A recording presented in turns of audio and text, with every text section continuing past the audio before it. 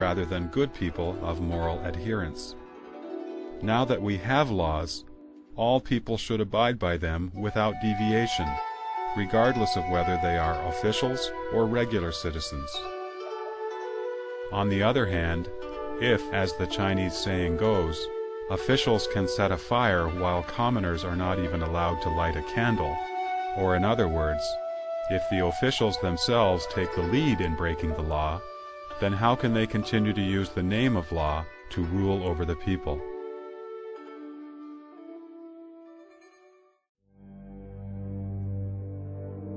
Under CCP control, the Chinese legal system has become its tool. Those in power make the law, but break it themselves. In implementing the law, the CCP officials only cleanse those holding opinions that differ from their own. They indulge themselves, playing with the law, instead of using it to discipline themselves. The law has become a stick used by the CCP to punish the people and the dissidents. This is in violation of heaven and humanity.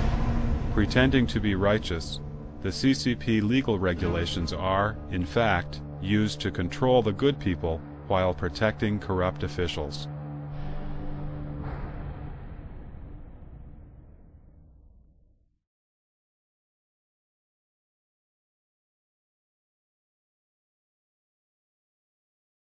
Lies and slander published in the newspapers and broadcast on television have greatly assisted the execution of the CCP's policies in all past political movements. The media instantly execute the party's commands. When the party wanted to start the anti-rightist movement, for example, media all over China reported the so-called crimes of the rightists. When the party wanted to set up the People's Communes, every newspaper in the nation immediately started to praise the superiority of People's Communes. When the party said the 1989 student protest was a riot, media all over China insisted that suppressing the protest with guns was the correct path. Within the first month of the persecution of Falun Gong, television and radio stations slandered Falun Gong repeatedly in their primetime broadcasting in order to brainwash the people. Since then, all media have repeatedly fabricated and spread lies about Falun Gong. This includes the effort to incite nationwide hatred against Falun Gong by reporting false news, blaming Falun Gong practitioners with murder and suicide. In the past 5 years, no mainland Chinese newspaper or TV station has reported the true situation about Falun Gong. Chinese people have become used to the false news reports. A senior reporter from Xinhua News Agency once said, "How could you trust a Xinhua report?" People have even described Chinese news agencies as the party's dog. A Chinese folk song about the media goes, "It is a dog raised by the party, guarding the party's gate. It bites anyone the party wants it to bite, and bites however many times the party wants it to."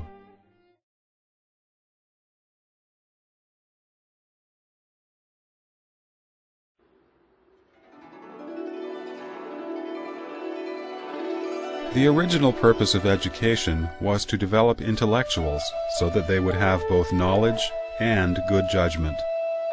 Knowledge refers to the understanding of information and data from historical and current events.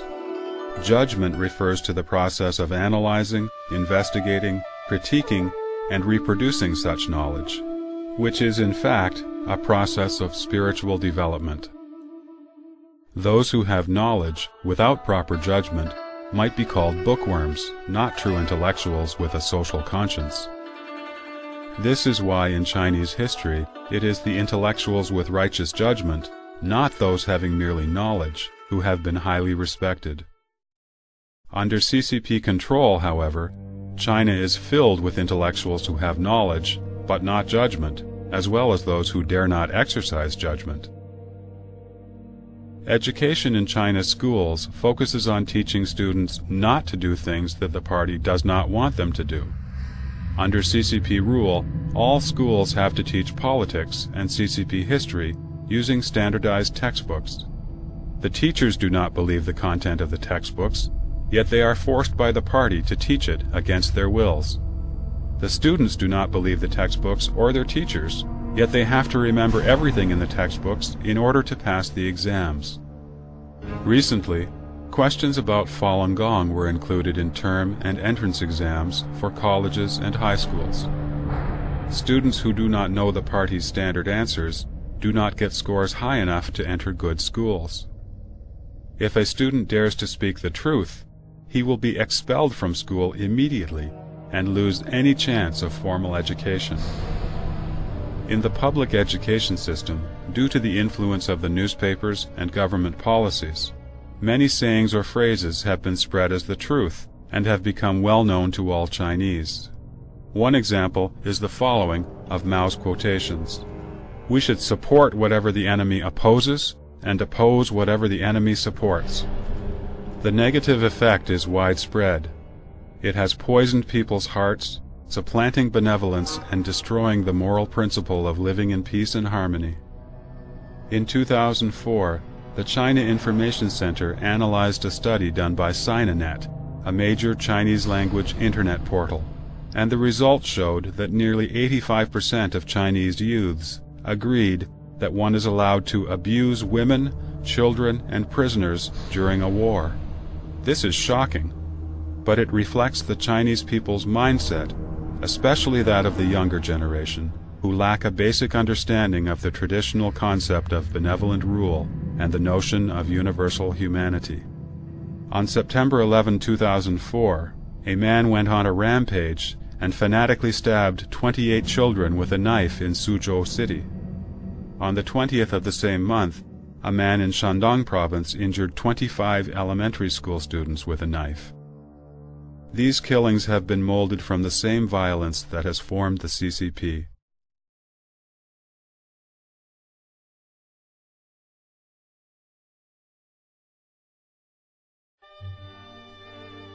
The CCP leaders have often used threats and coercion to ensure the implementation of their policies. One of the means they used was the political slogan. For a long time, the CCP used the number of slogans posted as a criterion to assess a cadre's political achievements. During the Cultural Revolution, Beijing became a sea of red posters overnight, with the slogan, "Down with the ruling capitalists in the party," everywhere. In the countryside, by accident, the rural cadres shortened the signs to read, "Down with the ruling party." To promote its forest law, the State Bureau of Forestry and all its stations and forest protection offices strictly ordered a standard number of slogans to be put out. Not reaching the quota would be treated as not accomplishing the task.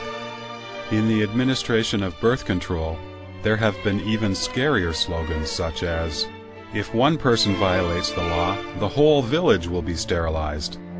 Another, "Rather another tomb than another baby," or, "If she didn't have an abortion as she should, her house will be torn down. If she didn't have an abortion as she should, her cows and rice fields will be confiscated." There were more slogans that violate human rights and the Constitution, such as, "You will sleep in prison tomorrow if you don't pay your taxes today." A slogan is essentially a means to spread messages, but in a very direct and repetitive manner. Hence, the Chinese government uses slogans to promote its political intent, will, and propositions. Political slogans can also be viewed as the government speaking directly to the people. However, in the CCP's policy-promoting slogans, it is not hard for one to smell the air of violence and cruelty.